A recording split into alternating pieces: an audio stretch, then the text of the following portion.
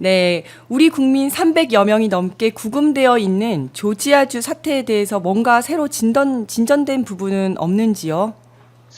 네, 오늘 전 세계가 출발합니다. 네. 구금됐던 분들이 우리 시간으로 오늘 저녁에 풀려나시고요. 그리고 내일 새벽 3시 30분 정도에는 한국으로 출발할 수 있을 것 같습니다. 구금된 분들이 한 350여 분 정도 되세요. 그분들을 한 번에 모실 전세기를 보낸 건데, 해당 구금시설 인근에는 이 정도로 큰 비행기가 내릴 곳이 없다고 합니다. 그래서 버스로 좀 장시간 이동을 해서 애틀랜타 국제공항까지 이동한 다음에, 전세기를 타고 한국으로 오실 것 같습니다. 미국 이민 단속 당국한테 체포된 지 엿새 만이에요. 조현 외교부 장관이 이제 마코 루비오 국무장관 등을 만나서 관련 절차를 매듭짓고 있습니다. 일단 정부 관계자 말들 종합하면 이 추후에 미국 재입국 시에 어떤 불이익을 주지 않겠다는 약속은 받았다고 합니다. 그래도 짐도 제대로 못 챙기고 오는 거거든요. 마음이 별로 좋진 않습니다. 이재명 대통령도 어제 한마디 하셨습니다.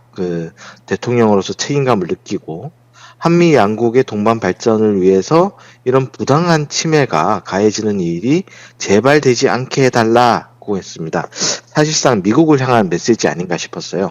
네, 맞습니다. 짐도 제대로 챙기지 못하는 상황에서 급히 들어와야 한다니 굉장히 마음이 좋지 않은데요. 사실 이 문제가 미국에서 비자를 제대로 발급해주지 않아서 발생한 부분도 있지 않나요? 그렇죠. 김용범 정책실장이 안 그래도 어제 토론회에 나와서 같은 취지의 말을 했어요. 외교적으로 가장 강한 톤으로 우려와 유감을 표명했고, 산업부 장관은 아예 외교적 용어가 아닌 강력한 항의를 했다 이렇게 얘기를 했거든요. 미국도 이 문제를 인지했다고 합니다. 대한민국이 미국의 제일 투자국인 것은 사실인데 지금 문제가 이번 사태로 발생할 수 있다는 것을 알게 됐죠. 그래서 행정부 간 워킹 그룹을 만들어서라도 이 문제를 해결해야 된다라는 취지를 밝혔는데요. 아마 이재명 대통령께서 유엔 총회 때 트럼프 대통령을 만나면 이 문제를 좀 논의할 수도 있을 것 같다라는 생각이 듭니다. 백악관 대변인도 이번 사태의 재발 방지 차원에서 관련 부처들이 함께 대응하고 있다라고 미국에서 밝혔습니다. 네, 그런데 한미 관세 협상 실무 협의도 잘 안 되고 있는 상황이죠. 네, 그렇습니다. 어제 토론회에서 김용범 실장이 일본과 비슷하게는 사인할 수 없다라는 취지로 말했는데요. 일본도 우리처럼 대미 투자 펀드를 만들기로 했죠. 그런데 최근에 양해각서를 체결했습니다. 이게 근데 들여다 보니까 상당히 불공정해요. 트럼프 대통령이 투자처를 결정하고 그리고 이익 배분 등에 있어서도 일본에게 극히 불리한 조건들입니다. 그래서 김 실장이 말은 지금 현재 미국이 우리한테도 같은 비슷한 요구를 하고 있다는 겁니다. 그렇지만 우리나라는 외환시장의 충격을 어떻게 해결할 것인지를 해결하지 않으면 그런 요구 조건을 수용할 수 없다라고 입장을 밝히고 있는 중이고 이 때문에 협상이 교착 상태라고 합니다. 네, 뭐든 참 쉽지 않은 것 같습니다. 오늘 대통령실은 어떻게 움직입니까? 네, 오늘 대통령실은 아마 민생 경제 중심으로 움직일 것 같습니다. 왜냐하면은 어제 국무회의 내용도 민생 경제 회복 및 안전 방안 관련해서 발제와 토론들이 이어졌거든요. 그래서 그런 일정들이 이어질 것으로 보입니다. 어제 국무회의에서도 굉장히 여러 이야기들이 나왔어요. 맞습니다. 어제 있었던 국무회의에서 여러 이야기들이 나왔는데요. 우선 이 대통령이 노조원 자녀 우선 채용 관련해서 비판을 했습니다.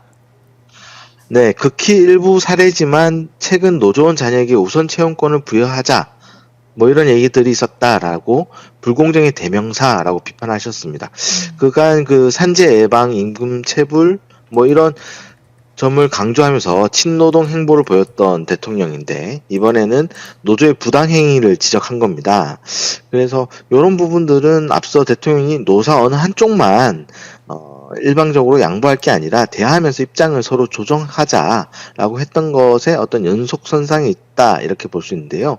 대통령실 관계자는 이게 김미애 국민의힘 의원이 관련해서 채용 절차 공정법을 발의한 게 하나의 배경이라고 해요. 이런 법안까지 발의될 정도로 사회적 갈등이 유발돼서는 안 된다라는 대통령의 어떤 뜻이 있는 거죠. 네, 이 대통령이 노사 양쪽 사이에서 균형을 잡는다고 보면 될까요? 뭐 양대 노총 위원장을 만났을 때 그때 대통령이 기업인한테 가면 친노동이라고 욕먹고 노동자들은 나보고 기업 편 너무 드는 거 아니냐라고 하는데 제가 어디 편이 있겠습니까? 뭐 이런 얘기를 했어요. 국민 모두의 대통령으로서 해야 할 일을 하겠다 뭐 이런 얘기를 하신 건데 실제 뭐 대통령은 그렇게 모두 발언에서는 그런 노동자의 어떤 노조원 자녀의 우선 채용권 문제를 지적했지만 국무회의 중에는 다시 한번 그 건설 현장의 추락 산재 문제를 강하게 질타했습니다. 예, 법무부 장관이나 행안부 장관한테 도대체 왜 안 되는 거냐 뭐 이런 대책을 강하게 주문하면서 약간 긴장감이 돌기도 했는데요. 그 노동부 장관이 자기 명함 뒤에 떨어지면 죽습니다라는 문구를 새로 팔 예정이라고 해서 웃음이 터지는 그런 분위기도 있었습니다. 네, 말씀하신 것처럼 어제 법무장관에게 엄하게 단속하라고 하는 모습이 좀 이제 집중 조명되기도 했었습니다. 그 밖에 서민대출제도 개선이나 명동의 현중 시위 관련해서도 대책을 요구하셨네요. 네, 이게 1시간 50분 가까이 토론이 진행되다 보니까 이슈가 좀 많아요. 예, 일단 제도권 금융 이용이 어려운 최저 신용자들에게 제공되는 정책 금융 금리가 현재 15.9%거든요. 대통령이 이거 너무 잔인하다. 그 500만 원 대출을 받기 어려워서 불법 사금융 이용하지 말라고 정부가 빌려주는 건데 이렇게 금리를 높게 받으면 어떻게 갚냐? 결국에 또 신용불량 되는 거 아니냐? 뭐 이런 취지로 말씀하셨어요. 뭐 내가 이런 말 한다고 또 사회주의자라고 그럴 수도 있는데 이런 부분 좀 근본적으로 생각해봐라 이런 얘기를 하셨고 사실 이제 민주당 대표 재임할 때부터도 이런 부분을 지적하셨던 부분이에요. 금융위에서는 금융기관이 지금 현재 예대마진 수익이 굉장히 많은 편이거든요. 그래서 이런 부분을 가지고 어떤 기금을 만들어서 좀 하는 방안 등을 검토해보겠다라는 취지의 답변을 내놨습니다. 명동 현줌시는 여러 번 뉴스를 탔어요. 그 탄핵 반대 집회를 했던 단체들이 그 주한중국 대사관이 있는 명동에서 우리 대선에 중국이 개입했다는 어떤 음모론을 계속 주장하면서 차이나 아웃 뭐 이런 시위를 하고 있거든요. 이게 해외 관광객은 물론이고 그 해당 지역 상인들에게 좀 피해를 끼치고 있어서 좀 문제가 되고 있습니다. 근데 이게 경찰들은 사실 이게 집시법 문제니까 대응이 좀 쉽지 않은 부분들이 있었습니다. 근데 이 대통령이 업무 방해 등으로 좀 걸어봐라. 뭐 현실적 제재 방안이 있는지 좀 찾아봐라. 뭐 이런 지시를 했습니다. 표현의 자유가 아니라 깽판 아니냐. 뭐 이런 표현도 하셨죠. 네, 맞습니다. 자, 그리고 인사도 발표됐는데요. 박진영 프로듀서가 대통령 직속 대중문화교류위원회 공동위원장으로 내정되어서 화제였습니다. 네, 이 자리가 장관급 인사입니다. 이 위원회가 최근 한국 문화에 대한 세계적 관심이 좀 높은 상황에서 대중문화 확산에 필요한 민간 협업 체계를 마련하기 위해서 신설됐거든요. 그 최의원 문화부 장관과 공동위원장을 맡게 된 겁니다.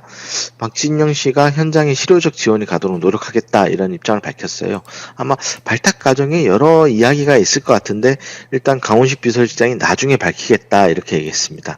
사실 어제 인사 발표가 좀 많았습니다. 이석연 전 법제처장이 대통령 직속 국민통합위원장으로 발탁된 것, 그리고 대통령실에서 인사수석 비서관을 신설한 것, 이런 것들도 좀 주목해야 될 것 같습니다. 특히 조성주 한국법령정보원장을 인사수석으로 내정했는데, 이게 대통령실에서는 최근 특검 수사를 통해 드러나고 있는 김건희 여사의 인사 전행 정황을 좀 타산지석으로 삼았고 그런 고민의 결과라고 설명했습니다. 다만 이제 뭐 일부 장관, 비서관 등 초기 인선 과정에서 좀 검증 실패라고 평가받은 부분들이 있거든요. 이런 부분들에 대한 어떤 교정, 논란을 불식하겠다라는 판단도 깔린 것으로 보여요. 아, 네, 알겠습니다. 그리고 100일 기자회견이 하루 앞으로 다가와서 기자들도 준비할 게 많을 것 같습니다. 어떻습니까? 그렇습니다. 아무래도 그 추첨으로 기자를 뽑는 거, 질문할 기자를 뽑는 거는 유효할 거로 보여요. 아직 구체적인 진행 방식 등은 공표되지 않은 상황이고요. 그래서 기자회견에 참여할 기자들도 언제 자기에게 기회가 주어질지 모르기 때문에 나름 자기들끼리 이제 질문을 좀 준비하고 있습니다. 그리고 게다가 좀 애정된 빅뉴스도 있습니다. 대통령이 이 기자회견 때 주식 양도소득세 대주주 기준에 대한 입장을 밝힐 예정이거든요. 이게 시장 안팎에 관심을 좀 모았던 부분이라서 어떻게 입장이 나올지 좀 많이들 주목하고 있습니다. 네, 그러네요. 오마이티비에서는 어떤 기자님 가시기로 하셨어요? 그 전에 아직 결정이 안 됐다고 제가 들은 것 같은데. 네, 오마이뉴스에서는 김경련 기자님이 참석할 겁니다. 저희 부국장 선배시고요. 또 열심히 또 질문을 시도하실 걸로 예측합니다. 네, 이경태 기자님 가실 줄 알았는데 조금 아쉬우시겠지만, 네, 내일 또 우리 오마이뉴스에서 좋은 질문 해주실 거라고 기대를 하겠습니다. 마지막으로 하나만 더 여쭤보겠습니다. 이 대통령이 전임 정부 당시에 필리핀 정부에서 요청했던 대외 경제 협력 기금 차관 지원을 취소를 했습니다. 어떤 이유에서죠? 네, 이게 관련해서 한겨레 21에 보도가 있었어요. 이 기재부가 부정부패로 우려되는 부실 사업으로 판단해서 지원을 거부했던 사업인데, 권성동 국민의힘 의원이 최상목 당시 기재부 장관이나 수출입은행 등을 세 차례나 만나서 다시 지원을 하도록 압박을 했다라는 내용입니다.